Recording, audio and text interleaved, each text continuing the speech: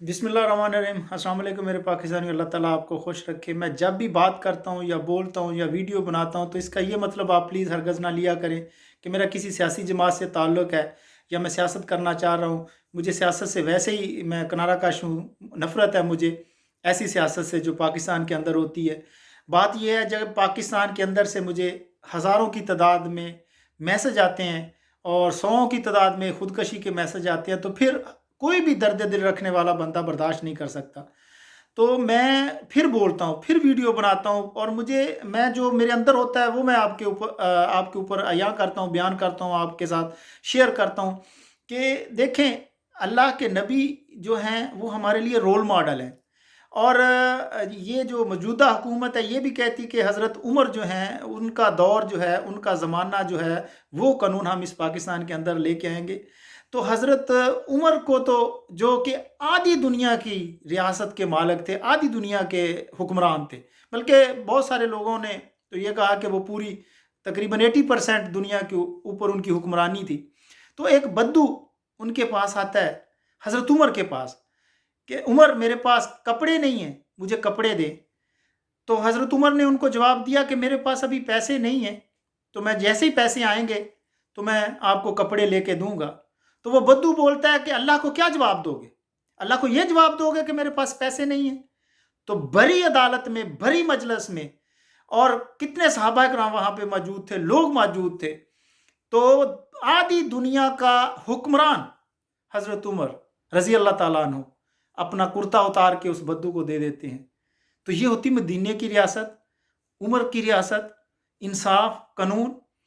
और फिर सलाहुद्दीन अयूबी, शायद नाम सुना होगा, जिसकी इज्जत मुखालफिन भी करते थे। एक हबशी गुलाम ने आके जंग की हालत में सलाहुद्दीन अयूबी से कहा कि मेरी दरखास्त के ऊपर साइन करें, मोहर लगाएं। तो लोगों ने कहा कि आप सलाहुद्दीन अयूबी से ऐसी बात कर रहे हैं, इस तरह, इस लहजे में? तो उसने कहा कि वो कलम पड़ा है, वो दवात पड़ी है और वो मोहर पड़ी है, तो आप लगा दें। तो सलाहुद्दीन अयूबी हंस पड़े। है कोई ताकत आज के हुक्मरानों के सामने, आज के सियासतदानों के सामने इस तरह बात करे? सारे मालशिया इकट्ठे किए हुए हैं, सारी सियासी जमातों ने।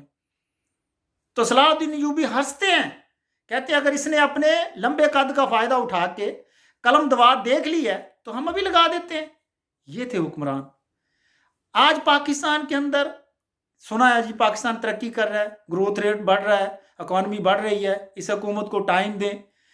कोई एक अक़दाम ऐसा इस हुकूमत का या पिछली हुकूमतों का कि गुर्बत को ख़त्म करने के लिए, महंगाई को ख़त्म करने के लिए और नौजवानों को रोज़गार देने के लिए हो तो मुझे बताएं।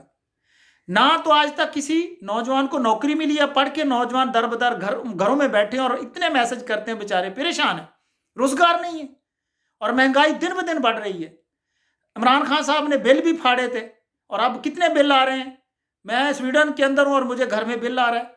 खैर, मेरा तो इश्यू नहीं है, जैसे कैसे भी गुजारा अल्लाह कर रहा है, लेकिन गरीब आदमी जो 2 वक्त की रोटी के लिए तरसता है उसका गुजारा कैसे होता होगा? रोज़ महंगाई, रोज़ पेट्रोल बढ़ता है, खाने की चीज़ें बढ़ती हैं और इंसान जो बेचारा 2 वक्त की रोटी के लिए तरसता, जो मेहनत मजदूरी करता है, उसकी पहुँच से दूर होती जा रही है। कभी सोचा किसी ने? और यहाँ पे ये है कि फाइलें निकाली जाती हैं कि जी आपका जो है वज़ीर इत्तलात जो हो वो उसका नाम फ़े से शुरू होना चाहिए, फ़रख हबीब, फ़िरदौस आशिक़ अवान, फ़वाद चौधरी। ये बात है कोई? और नवाज शरीफ साहब, शहबाज शरीफ साहब जो है वो कल रो रहे थे, मैं देख रहा था उनकी वीडियो एक कराची के अंदर। अफसोस होता है कि आप 40 साल से इस मुल्क के ऊपर हुक्मरान रहे हैं और आज रो रहे हैं आप। और खुल के क्यों नहीं कहते? सच बोला करें कि 70 साल से पीपल्स पार्टी ने सिंध की बुरी हालत की और सिंध के लोगों को नोचा है, उनका खून चूसा है। सच नहीं बोलते। और फिर हमारी बदकिस्मती, हमारी तरबियत, हमारे नौजवानों की, पीटीआई के खिलाफ बात करें तो पीटीआई के लोग गालियां देना शुरू कर देते हैं। नून लीग के खिलाफ बात करें तो वो जूथिया के क्या कहना शुरू कर देते हैं। और पीपल्स पार्टी के खिलाफ बात करें तो वो गालियां देना शुरू कर देते हैं। ये तो तरबियत है हमारी कौम की, ये सिखाया हमारे सियासतदानों ने, ये तरबियत दी है। अगर नून लीग की सपोर्ट में बात करें तो पीटीआई के लोग पटवारी कहना शुरू कर देते हैं। ये हमारी तरबियत है, ये हमने तरक्की की है। 70 सालों दुनिया पता नहीं कहां से कहां तक पहुंच गई है। اور ہم یہاں تک ابھی تک یہیں پہ ایک دوسرے کو فیس بک کے اوپر اگر حق کی کو بات کرے تو اس کو گالیاں دینا شروع کر دیتے ہیں. پوری دنیا کے اندر، ایتھوپیا کے اندر جہاں پہ ہیروشیما نے بم پھینکا تھا وہاں پہ پانی پہنچ گیا، تھر کے اندر نہیں پہنچا. اور تھر کے بچے جو ہیں وہ آدھے وزن کے پیدا ہوتے ہیں، اور وہاں کے لوگوں کو بیچاروں کو بھوک نہیں لگتی. کیوں؟ وہ بھوکے رہ رہے کہ ان کا معدہ ایسا ہو گیا، ان کی طبیعت ایسی ہوگی کہ ان کو بھوک ہی نہیں لگتی. وہاں ضرورت ہے پانی کی، وہاں ضرورت ہے ادویات کی، اور وہاں کے جو بچے ہیں وہ ان کا وزن ہی آدھا ہوتا ہے. وجہ خوراک نہیں ہے.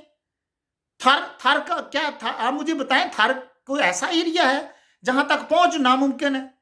میں وہاں پہ گیا، 2-3 نلکے میں نے لگوائے، ایزیلی پانی نکل آیا وہاں سے آسانی سے.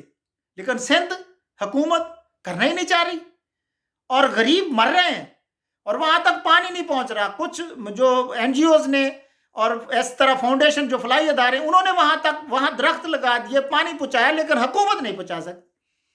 30% جو ہے وہ کوئی بھی جو پروگرام پروجیکٹ شروع ہوتا ہے تو سندھ حکومت 30% پہلے کھا جاتی اگر بات کرے تو غلط. اور پنجاب کی حالت، اور ہماری بدقسمتی یہ ہے کہ ہمیں یہی نظر آتے ہیں. نہ پارٹیوں کے اندر الیکشن ہوتے ہیں کہ کوئی دوسرا بیچارہ پارٹی کا صدر بن جائے یا پارٹی کے آگے آ جائے. پی ٹی آئی میں عمران خان ہی ہے بس، اور نون لیگ میں شریف خاندان ہے. ان کے علاوہ آپ کسی کو ووٹ ہی نہیں دیں گے اور نہ کوئی تسلیم کرے گا. اور اللہ اکبر، سندھ کی حالت دیکھیں، پیپلز پارٹی بلاول کے سوا لیڈر ہی 24 کروڑ لوگوں میں، ذہین، پڑھے لکھے، تعلیم یافتہ، انٹیلیجنٹ لوگوں میں یہ چند نالائق لوگ ہیں وہ ہمارے حکمران ہیں اور ہمارے اوپر حکمرانی کر رہے ہیں. اس سے بڑی بدقسمتی کوئی کسی ملک کی دنیا کے اندر ہو سکتی ہے؟ اور آج جتنے لوگوں نے پی ٹی آئی کے نوجوانوں نے پی ٹی آئی کو ووٹ دیا، میرے سمیت، وہ بیچارے پڑھ لکھ کے گھروں میں لڑائی جھگڑے کر رہے ہیں، معاشرتی بے راروی کا شکار ہے، برائیوں کا شکار ہے. کیا کرے؟ گھر میں بیٹھے، نوکری نہیں ہے، جاب نہیں ہے، کھانے کے لیے پیسے نہیں ہیں، مہنگائی دن بدن. اور میں خان صاحب سے میں ریکویسٹ بار بار کرتا رہوں گا کہ خدا کا خوف کریں. جن غریبوں نے آپ کو سلیکٹ کیا ہے ان کے لیے سوچیں. مسائل کا کسی کو پتہ ہی نہیں ہے. جو فیڈ کر کے پیچھے سے کہہ دیا جاتا ہے وہی ان کے وزیر، وہی سیاستدان، وہی سب. کیا ان لوگوں کو مسائل کا نہیں پتا کہ پاکستان کے اندر مسائل کیا ہے غریبوں کے؟ کیا ان کو یہ نہیں پتا کہ مہنگائی کتنی ہے؟ لیکن کرنا نہیں چاہتے، مخلص نہیں ہے. پھر کہتے ہیں جی خان صاحب کو بھی لے ٹائم. کیا ٹائم ہی ہے؟ کس نے ان کو اتارنا ہے؟ یا پچھلی حکومتوں کو کیا ٹائم نہیں تھا؟ 70 سال سے ٹائم ہی ان سیاستدانوں کے پاس. لیکن غریب مر رہا ہے.